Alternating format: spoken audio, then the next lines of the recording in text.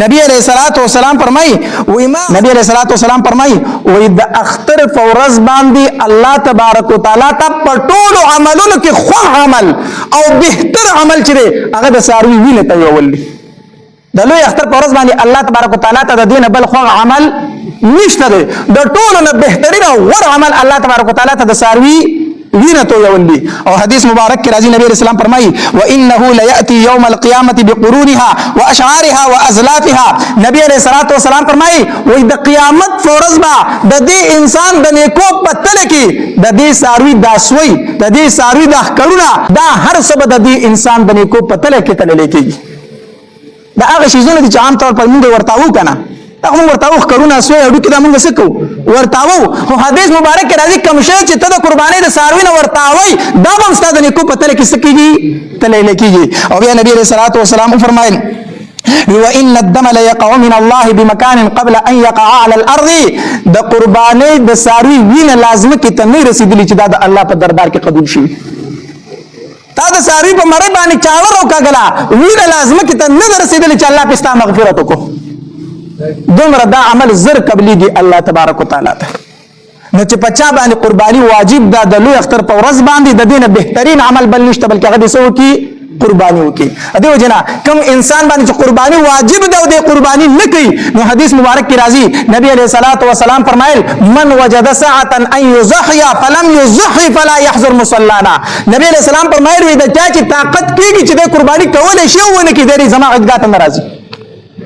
مطلب دا ہے قربانی طاقت کیږي او قربانی کې پما پسې دي منځ نه کوي نبی علیہ السلام فرمایي دومره سخت سزا ده دومره سخت سزا ده نو قربانی کې ډیر زیات ثواب دی حدیث مبارک کې راځي صحابه کرام د نبی علیہ الصلوۃ والسلام نه تاسو کو اذا الله پاک پیغمبره ما هذه الاضاحی صحابه کرام تاسو کو د نبی علیہ الصلوۃ والسلام نه ما هذه الاضاحی د الله پاک پیغمبر د قربانی څه شه ده په اختر کې مونږ په لکاو په زرګاو د سارو ویني ته یو داسې شه دي نبی علیہ الصلوۃ والسلام فرمایل سنت ابيكم ابراهيم علیہ الصلوۃ والسلام دا تاسو د پلار د ابراهيم علیہ الصلوۃ والسلام سدي سنت دي هغه په دې ورځ باندې د خپل زوی په مړی چاړه راخلي واته په سارو باندې راکاږي الله تبارک وتعالى درته هغه شان ثواب نصیب کړي صحابه کرام تاسو کو فما لنا فيها یا رسول الله الله پاک پیغمبر صرف د ابراهيم علیہ السلام سنت دي کو کوم ته پکې سمېلاوي زمون د پاره به کې سشته کله صرف ابراهيم عليه السلام سنت جون دي کو نبی عليه الصلاه والسلام فرمایل بكل شعره حسنه په هر وخت باندې نیکی ده په هر وخت باندې صدا نیکی ده تاسو ته تاسو کوه د وای پملا بسمره وخت سو کې شمارل شي نشي شمارل نو د دې حدیث مبارک مطلب دی چې په قرباني باندې بشمیر نه کوي دي څنګه د وای دملا وخت شمارل نشي ته نو دغه شانته تخپل نیکی نشي شمارل کوم چې الله په قرباني باندې درکې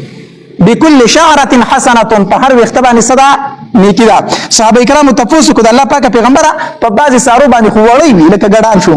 نو فصوف یا رسول الله دا یا رسول الله دا الله پاک پیغمبره د وړي څه حکم دی نبی علیہ الصلوۃ والسلام فرمایل بكل شعره من الصوف حسنه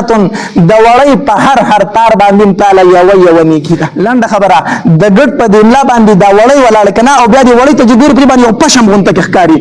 د پشم په دې نری تارونو تعالی یو نیکی دا نو قربانی کې ډیر زیات ثوابونه دي د چا چې طاقت کیږي د خپل باندې سو کی قربانی وکي